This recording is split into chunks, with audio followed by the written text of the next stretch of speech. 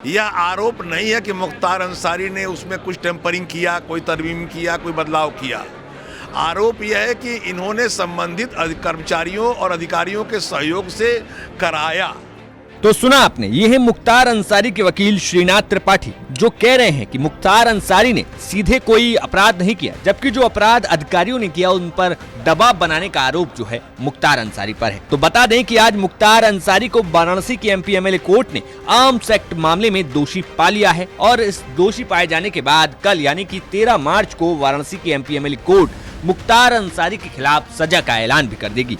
लेकिन पूरा मामला क्या है वो जान लीजिए। बता दें कि ये पूरा मामला 10 जून 1987 से जुड़ा हुआ है, जहां पर दोनाली बंदूक के लाइसेंस के लिए गाजीपुर के जिला मजिस्ट्रेट के यहाँ मुख्तार अंसारी के द्वारा प्रार्थना पत्र दिया गया था। गाजीपुर के जिलाधिकारी और पुलिस अधीक्षक के फर्जी हस्ताक्षर से संस्तुति प्राप्त करके शस्त्र लाइसेंस ये मुख्तार अंसारी के द्वारा ले लिया गया था। ये जो फर्जीवाड़ा था, जो कि जिलाधिकारी और एसपी के फर्जी साइन से आर्म्स एक्ट में लाइसेंस ले लिया गया था, जिसमें सीबीसीआईडी ने 4 दिसंबर 1990 को मोहम्मदाबाद थाने में मुख्तार अंसारी और उस समय के डिप्टी कलेक्टर समेत 5 नामजद और अन्य अज्ञात के खिलाफ मुकदमा दर्ज कराया था। जांच के बाद तत्कालीन आयुध लिपिक गौरी शंकर श्रीवास्तव और मुख्तार अंसारी के विरुद्ध 1997 में अदालत में आरोप पत्र दाखिल किया गया। मुकदमे की सुनवाई के दौरान गौरी शंकर श्रीवास्तव की मृत्यु हो जाने के कारण उनके विरुद्ध 18 अगस्त 2021 को मुकदमा समाप्त कर दिया था। लेकिन इस मामले में अब मुख्तार अंसारी को दोषी माना गया है और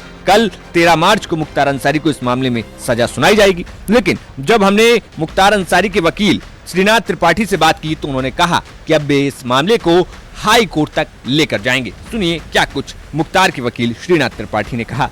फर्जी लाइसेंस का जो मामला था, आरोप सिर्फ ये था कि मुख्तार अंसारी ने शस्त्र लाइसेंस के लिए आवेदन किया।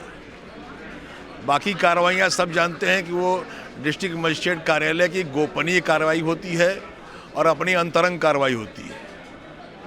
मैंने न्यायालय से कहा था कि इसमें एंटी करप्शन का मामला नहीं बनता, क्योंकि जिस दिन एक्ट आया उसके पहले की घटना बताई जाती है। इसीलिए न्यायालय ने एंटी करप्शन में मुख्तार अंसारी को दोषमुक्त कर दिया।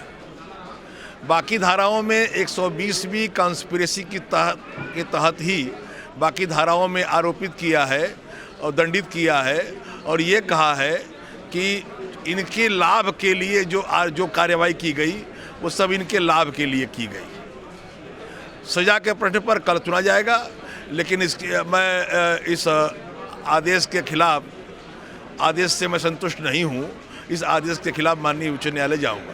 सर, उसमें एक धारा है 367 की, उसमें ये कहा जाता है कि 467 जी, अगर उसमें 467 की ये धारा है, क्या उसमें आजीवन कारावास का प्रावधान है? 467 में आजीवन कारावास सजा तो जरूर है, अंतिम सजा आजीवन कारावास की है, लेकिन चूंकि 120 के साथ लगी हुई है।